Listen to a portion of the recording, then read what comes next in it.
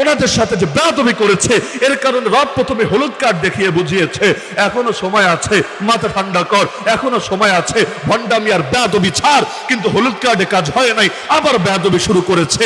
21 সালে এসে 1400 জনের বেশি একসঙ্গে নিয়ে জেলে ভরেছে। ভেবেছে ওদের সাথে কে আছে, কে ওদেরকে রক্ষা করবে।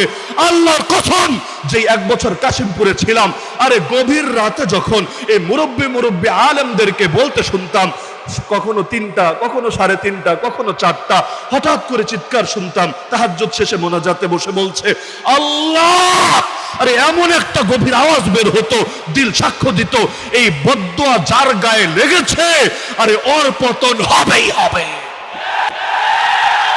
নারায়ে তাকবীর, নারায়ে তাকবীর, সাবিলুনা সাবিলুনা, আল জিহাদ আল জিহাদ।